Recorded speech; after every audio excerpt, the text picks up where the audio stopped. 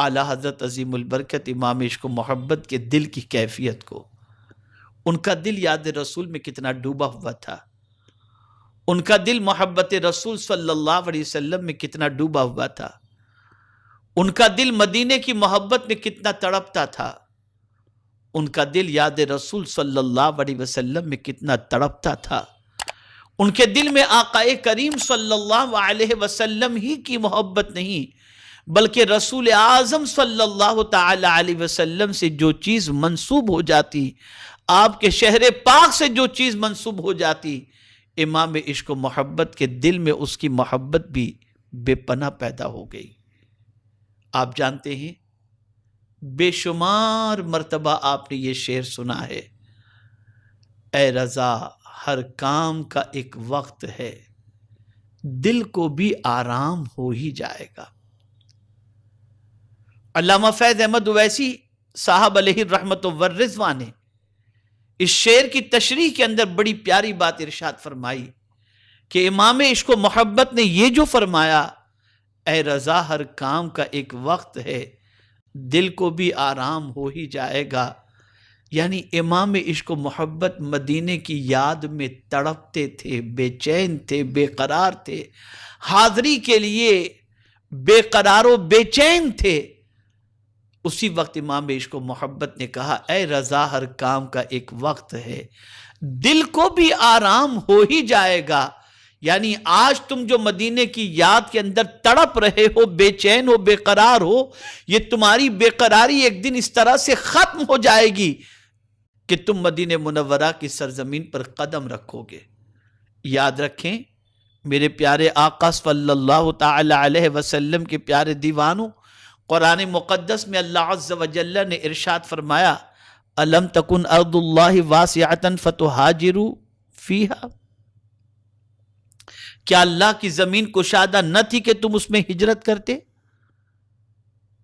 اللہ کی زمین کشادہ نہ تھی کہ تم اس میں ہجرت کرتے؟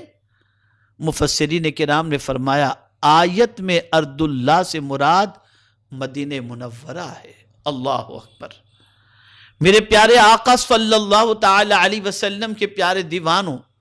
یوں اگر دیکھا جائے تو ساری زمین اللہ کی ہے اور ساری زمین کا مالک اللہ ہے، لیکن میرے کریم نے مدینے کے حوالے سے فرمایا ارض اللہ، اللہ کی زمین، خاص طور پر اس میں ہجرت کے حوالے سے فرمایا. اور ارض اللہ سے مراد مدینہ منورہ لے کر دنیا کو یہ بتا دیا، یوں تو ساری زمین میری زمین ہے، لیکن جس زمین کو خاص میں اپنی طرف منسوب کرتا ہوں وہ زمین ہے جہاں میرا محبوب آرام کر رہا ہے، جس زمین سے میرے محبوب کو میں نے پیدا کیا. اس لیے کہ یاد رکھیں انسان اسی جگہ پہ دفن ہوتا ہے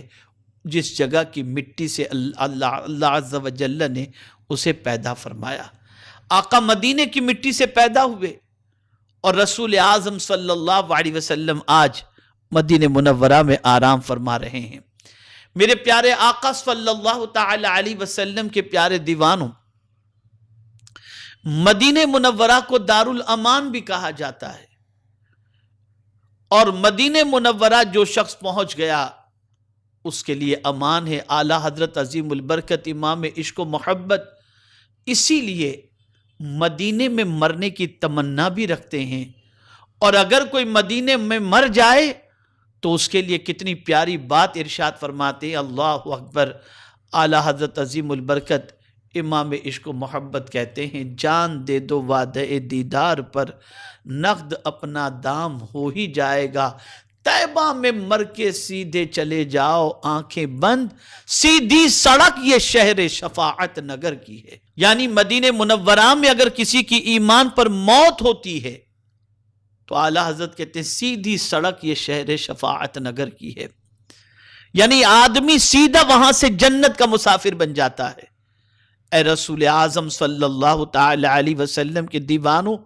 امام احمد رضا محدث بریلوی علیہ رحمت والرضوان کے دل کا قرار مدینہ تھا، مدینے کی محبت تھی، پیغمبر رحمت صلی اللہ علیہ وسلم کی محبت تھی. اسی لیے ایک مقام پر کہتے ہیں جان و دل ہوش و خرد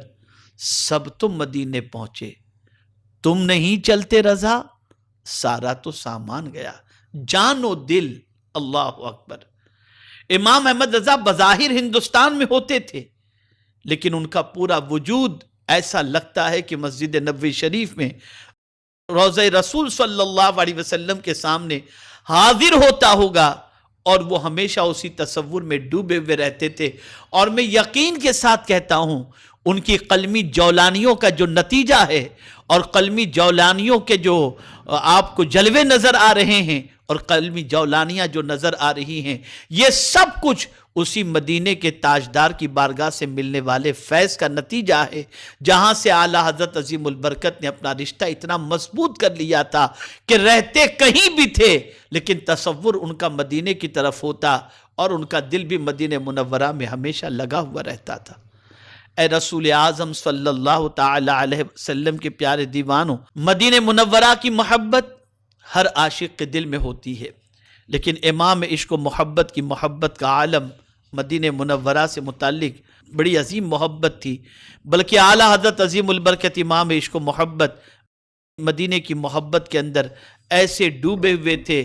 کہ ہمیں اے رضا تیرے دل کا پتہ چلا بمشکل، در روضے کے مقابل وہ ہمیں نظر تو آیا، یہ نہ پوچھ کیسا پایا، یہ نہ پوچھ کیسا پایا، تجھے حمد ہے خدایا۔ یعنی خود اپنے دل کا پتہ بتاتے ہیں، ہمیں اے رضا تیرے دل کا پتہ چلا بمشکل، یعنی خود اپنے سے مخاطب اپنے دل کے حوالے سے کہہ رہے ہیں کہ ہم جب اپنے دل کی تلاش میں نکلے تو اے رضا تیرا دل کہاں ملا۔ اللہ اللہ، ہم اپنے دل کا جائزہ لیں، اپنے دل کے بارے میں غور کریں، ہمارا دل کہاں کہاں بھٹکتا رہتا ہے، نہ جانے کتنی محبت میں ڈوبا ہوا رہتا ہے، نہ جانے کتنی محبت اس کے اندر جو ہے وہ انگڑائیاں لیتی ہوئی نظر آتی ہیں،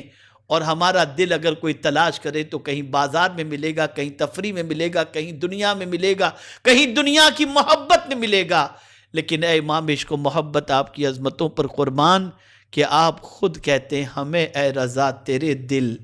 کا پتہ چلا بمشکل، در روضے کے مقابل وہ ہمیں نظر تو آیا۔ یعنی دل امام احمد رضا اگر تلاش کرنا ہے تو کہیں اور نہیں، در روضے کے مقابل وہ ہمیں نظر تو آیا، یہ نہ پوچھ کیسا پایا، تجھے حمد ہے خدایا، تجھے حمد ہے خدایا۔ میرے پیارے آقا صلی اللہ تعالی علیہ وسلم کے پیارے دیوانوں، اسی لیے امام عشق و محبت اس دل کو جس دل کے اندر یاد رسول صلی اللہ علیہ وسلم نہ ہو، محبت رسول صلی اللہ علیہ وسلم نہ ہو،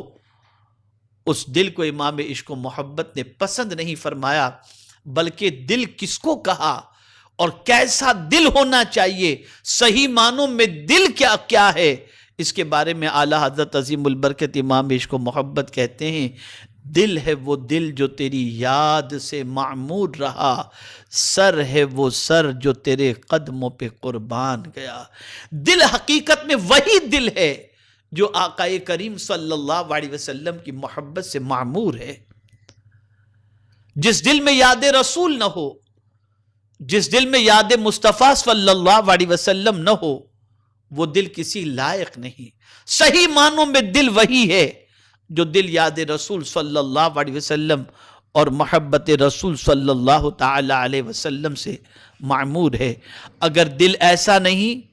تو میرے پیارے آقا صلی اللہ تعالی علیہ وسلم کے پیارے دیوانوں، یہ دل جانوروں سے بھی بدتر ہے، اس لیے کہ جانور کے دل میں بھی، جانور کے جسم میں جو دل ہے اس میں بہت سارے جانور ایسے ہیں جن کا دل پیغمبر رحمت صلی اللہ تعالی علیہ وسلم کی محبت سے سرشار ہے۔ آئیے میں آپ کو بتاؤں، ام المؤمنین حضرت عائشہ صدیقہ رضی اللہ تعالی عنہ فرماتی ہیں ہمارے ہاں ایک بکری کا بچہ تھا، جب حضور صلی اللہ علیہ وسلم گھر میں تشریف فرما ہوتے تو وہ نہ اچھلتا کودتا اور نہ ہی حرکت کرتا، بلکہ آپ کی تعظیم اور تکریم کی وجہ سے کھڑا رہتا۔ آپ اندازہ لگائیں، ام المؤمنین حضرت عائشہ صدیقہ رضی اللہ تعالیٰ عنہ فرماتی ہیں کہ جب تک رسول اعظم صلی اللہ علیہ وسلم گھر میں تشریف فرما ہوتے، بکری کا بچہ تعظیم رسول صلی اللہ علیہ وسلم کے لیے کھڑا رہتا، نہ اچھلتا نہ کودتا۔ پتہ چلا اس بکری کے بچے کے دل میں بھی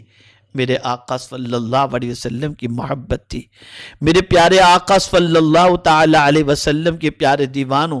اسی لیے قاضی عیاض رحمت اللہ تعالی علیہ فرماتے ہیں